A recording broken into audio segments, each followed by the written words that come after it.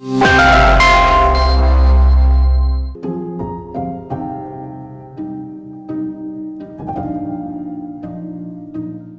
நண்பர்களுக்கு என் இனிய வணக்கம். கதையோ சிறியது, கருத்தோ பெரியது. இப்போ நீங்கள் ஒரு கதையை கேட்க போகிறீங்க. நான் சொல்ல போகிறது ஒரு சின்ன கதை தான், ஆனால் அதில் இருக்கிற கருத்து மிக பெரிதாக இருக்கும். 2 நண்பர்கள் இருந்தாங்க. அவங்க பேர் ராமு, சோமு. 2 பேரும் ரொம்ப ஃப்ரெண்ட்ஸாக இருந்தாங்க. இதில் என்ன ஒரு பியூட்டினா, ராமுக்கு கண்ணு தெரியாது.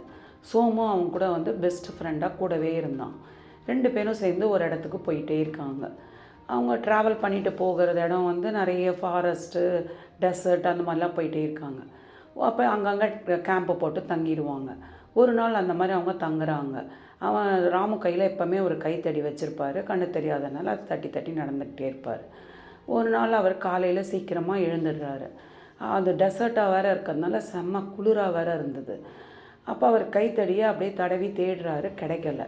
அப்போ திருப்பியும் அவர் அப்படியே கை தொல்லாவி தேடுறாரு. திடீர்னு பார்த்தா நல்லா வலுவலுன்னுட்டு ஒரு புது தடி மாதிரி ஒன்று தெரிஞ்சுது. கடவுள் நமக்கு பழைய தடி கிடைக்கலனாலும் புது தடி கொடுத்துருக்காரு, ரொம்ப நன்றி சொல்லிவிட்டு அந்த தடி எடுக்கிறார். அது பார்த்தா விரைச்சி போன அந்த குளிரில் விரைத்து போன பாம்பு. ஆனால் கண்ணு தெரியாததுனால ராமு அதை கைத்தடின்னு நினச்சிட்டு அதை எடுத்துகிட்டு போயிட்டே இருக்கான். போயிட்டு எங்கே சோமுன்னு சொல்லி அந்த கைத்தடியை வச்சு சோமுவை எழுப்புறான். சோமு எழுந்தவுடனே அவனுக்கு கண்ணு தெரியும். அதனால அவன் கையில் வச்சுருக்க தடியை பார்த்துட்டு, ராமு, அது கையில் நீ வச்சுருக்கிறது தடி இல்லைப்பா, பாம்பு, கீழே போட்டுருன்னு சொல்கிறான். பயந்து அலறான். ஆனால் ராமு, நீ சும்மா சொல்கிற, நான் குருடன் தான், ஆனால் நான் முட்டாள் இல்லை. கடவுள் எனக்கு ஒரு நல்ல கைத்தடி கொடுத்துருக்காரு. அதை நீ உன் பொறாமையில் தானே என்கிட்டேருந்து பிடுங்கிறதுக்காக நீ சொல்கிற.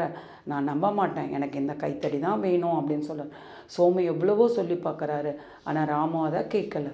அவன் தனியாகவே கைத்தடியை வச்சு நடந்துட்டு அப்படியே வெளியில் போயிட்டே இருக்கான். கொஞ்ச நேரத்தில் என்ன ஆகிடுது அப்படின்னு பார்த்தோன்னா, வெயில் ஏறுது, வெளிச்சம் வருது. கொஞ்சம் கொஞ்சமாக வெயிலும் சூடும் ஏற ஆரம்பிக்குது.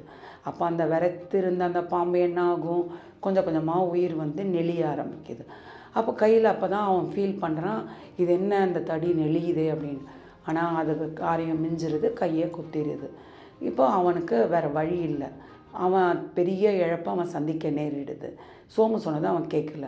சரி, இதில் என்ன இந்த கதையில் இருக்குது அப்படின்னு நம்ம பார்த்தோன்னா, அதே மாதிரி தான் நம்மளும் வாழ்க்கையில் தடி நினச்சிட்டு பாம்பை பிடிச்சிக்கிட்டே இருக்கோம்.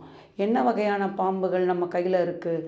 பணம், பதவி, அதிகாரம், புகழ், இதெல்லாம் நம்ம கையிலேயே கெட்டியமாக பிடிச்சிட்டு இருக்கோம், விடவே மாட்டேன்றோம். இது கடவுள் கொடுத்தது, எனக்கு ரொம்ப நல்லது அப்படின்னு நினச்சிட்டு இருக்கோம். ஆனால் விட்டுடுப்பா அப்படின்னு சொல்கிறாங்க. ஆனால் நம்ம கேட்குறது கிடையாது.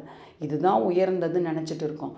நான் ஒன்றே ஒன்று சொல்கிறேன், இதெல்லாம் இருக்கட்டும், சரி, ஓகே, இதெல்லாம் நான் கெட்டதுன்னு கூட நான் சொல்ல வரல, பிடிச்சிக்கோங்க. ஆனால் அதையும் விட உயர்ந்தது ஒன்று இருக்குது.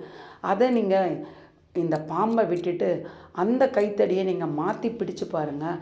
அப்போ உங்களுக்குள்ள ஒரு பேரானந்தம் உருவாகும். அது என்னன்னு பார்க்குறீங்களா? அந்த கதவு உங்கள் பக்கத்திலே தான் இருக்குது, ஆனால் அது உங்களுக்கு தான் தெரிய மாட்டேங்குது. ராமு மாதிரி நீங்கள் குருடனாக இருக்கீங்க, அந்த கதவு உங்கள் பக்கத்திலே இருக்குது. அந்த தடியை வச்சு ஒரே ஒரு தடவை நீங்கள் கதவை தட்டுங்க, கதவு திறக்கும். உள்ள பேரானந்தம் உங்களுக்காக காத்துட்டு இருக்குது. என்ன அந்த கதவு? அதுதான் பிரமி தியானம். அந்த கதவை நீங்கள் தட்டினீங்கன்னா உங்களுக்கான வாழ்க்கை இன்பமாகவும் ஒளிமயமாகவும் இனிமையாகவும் இருக்க போகுது. இதை நீங்கள் இப்போ தெரிஞ்சுக்கிட்டீங்கன்னா உங்களுக்கு இன்னும் நல்ல ஒரு எதிர்காலம் உங்களுக்கு காத்துட்டு இருக்கு. நன்றி, வணக்கம். மீண்டும் ஒரு கதையோடு உங்களை மீண்டும் சந்திக்கிறேன். வணக்கம்.